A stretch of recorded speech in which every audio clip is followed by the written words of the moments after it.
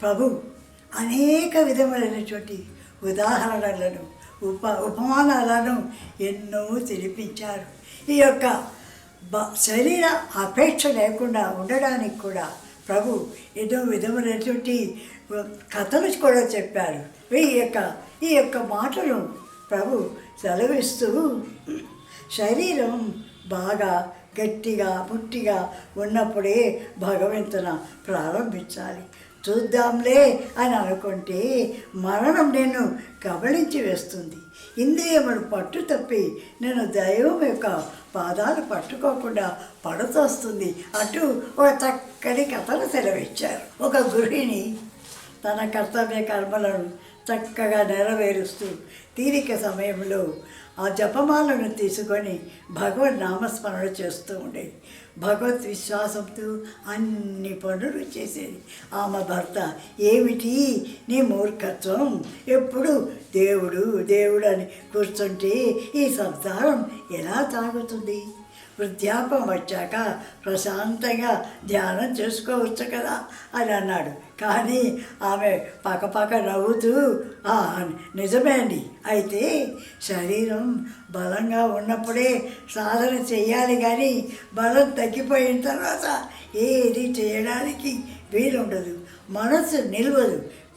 కాబట్టి మీరు నేటి నుండి దైవ ప్రార్థన చేయండి అని ఎంత చెప్పినా ఆయన దానికి ఒప్పుకోలేదు. ఈ యొక్క మనం పెద్దవారం అయ్యాక దైవ చింతనం వాదా చేయటం తప్పు కదా. అప్పుడు మనకు బలం ఉండదు. మనం ఏ యొక్క దేవుణ్ణి ధ్యానించాలన్నా వీలుండదు కాబట్టి మీరు ఇప్పుడే ప్రార్థన ప్రారంభించండి అని ఎన్నో విధాల నచ్చ చెప్పినా ఆయన కొంచెం కూడా దాన్ని పాటించలేదు. కొన్ని రోజులు గడిచాక భర్తకు హఠాత్తుగా వ్యాధి సంక్రమించింది. రోగ నివారణ కోసం డాక్టర్లను కలుసుకొని చికిత్స ప్రారంభించారు. అదను చూచి భార్య మెల్లగా, ఏమండి ఇప్పుడైనా స్మరణ చేయండి అండి, ముందు ఈ ఔషధాన్ని సేవించండి, తర్వాత డాక్టర్ చెప్పిన మందు సేవిస్తే రోగం తగ్గిపోతుంది అంటూ భగవత్ నామస్మరణ చేయమని చెప్పింది. డాక్టర్లు వచ్చి పరీక్షించాడు. ఒక సీసా నిండా మందు ఇచ్చి 3 సార్లు తీసుకోమని సెలవిచ్చాడు. భార్య అయితే ఆ సీసాను అలమారులో దాచి ఉంచింది. భర్తకు ఇవ్వలేదు. అతనికి చాలా కోపం వచ్చింది. ఏమిటే నీ ఉద్దేశం? మందు తాగడానికా, దాచిపెట్టడానికా అని గట్టిగా అరవటం ప్రారంభించాడు.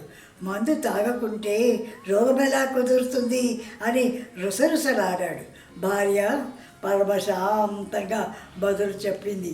చూడండి, ఆ మందులు బీడి చుచ్చుకొని అంతా ఒకేసారి తాగవచ్చును కదా అనింది. ఇప్పుడెందుకు అంది. అయితే ఆ అగ్గి మీద పడ్డ గుగ్గిలంలా విరుచుకుపట్టాడు భర్త.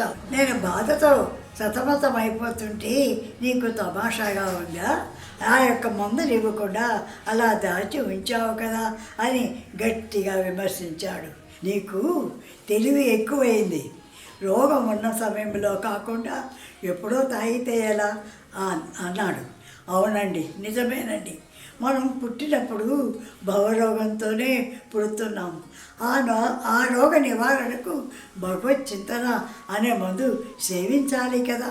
అలే కాక ముదిరిన తర్వాత దైవ చింతన చేద్దాంలే అని అనుకుంటే అది ఎంత పొరపాటు.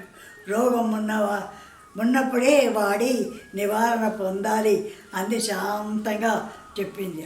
దాంతో భర్తకు కాస్త కనువిప్పు కలిగిందన్నమాట. మీరందరూ కూడా వయస్సు కాలము మీరేదాకా కాచుకొని ఉండరాదు. ఆలస్యం అమృతం విషం అని చెప్పినట్టుగా నిజంగా మీరందరూ కూడా వయస్సు దాటితే చేసే ఓపిక ఉండదు కాబట్టి, ఒంటిలో బలం కూడా ఉండదు కాబట్టి, శరీరం దృఢంగా ఉన్నప్పుడే భగవత్ చింతన చెయ్యాలి అని చక్కగా సెలవిచ్చారు.